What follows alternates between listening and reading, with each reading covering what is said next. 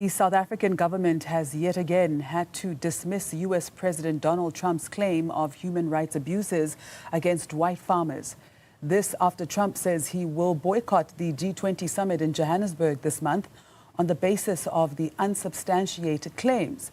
Earlier this year, lobby groups AfriForum and Solidarity met with representatives of the Trump administration, seeking what they described as to advocate for the interests of Afrikaners in South Africa, to discuss concerns about land expropriation without compensation, and request that the U.S. place pressure on the South African government regarding its laws and policies.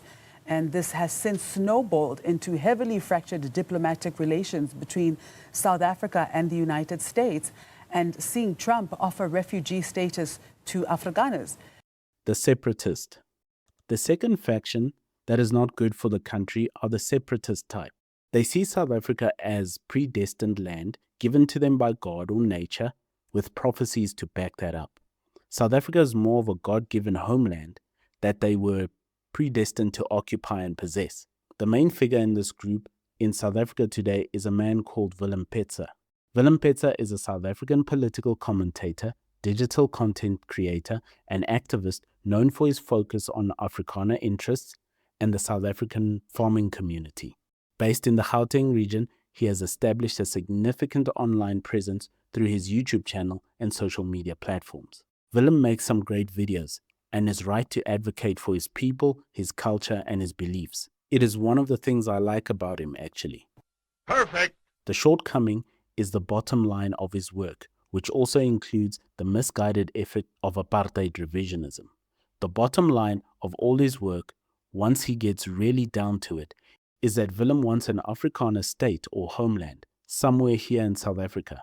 He wants Afrikaners to separate from South Africa and build their own nation.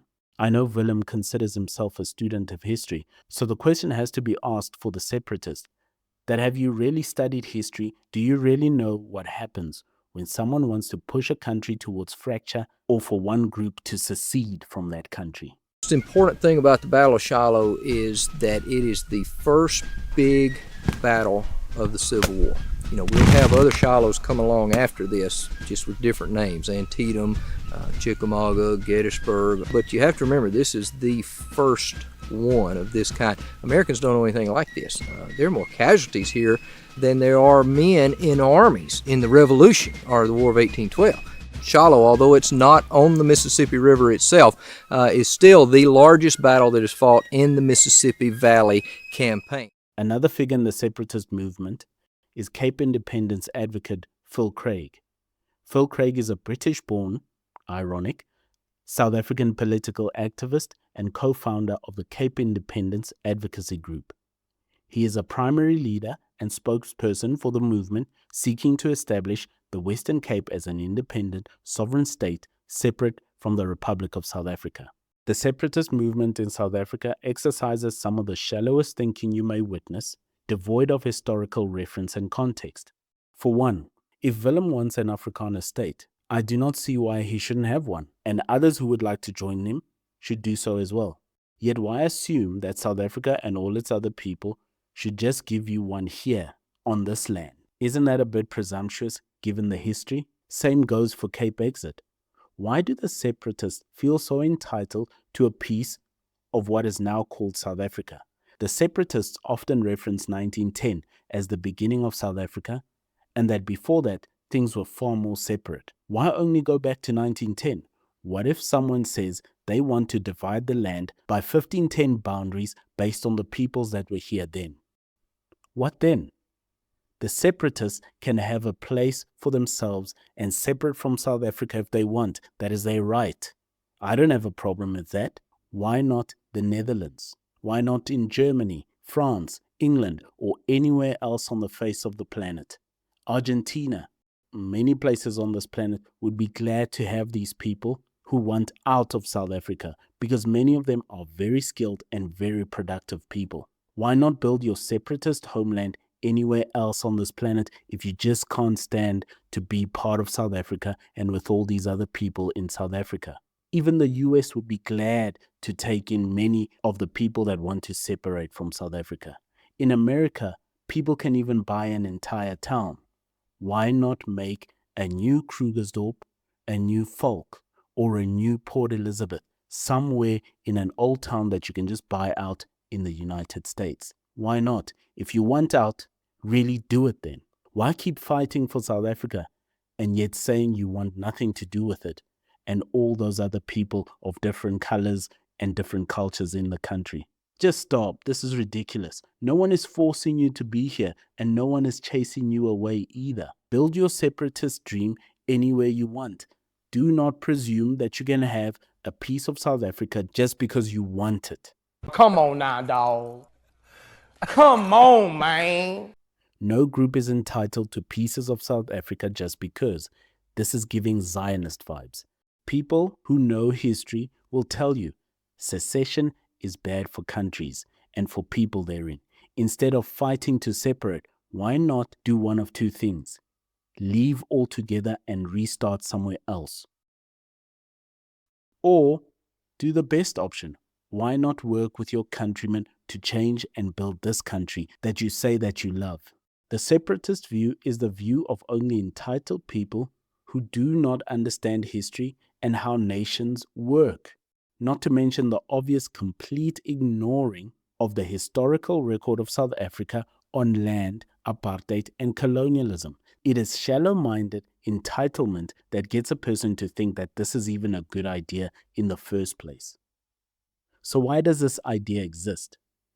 You can see why this faction exists because no one in South Africa is in charge. A true government that runs South Africa well would, for one, not stand for this sort of borderline treason and would run the country so well that this sort of extreme idea would seem silly. The terrible governance of the ANC and what they have done to the country is what gives such views any legitimacy. Because if the country was run well, most people would see quite clearly and quite easily how ridiculous that idea is. Most people see it now, and the country is being run terribly now. Well, I think South Africa is a movie. We live in a drama. It's a series. Every day you will be shocked by something new.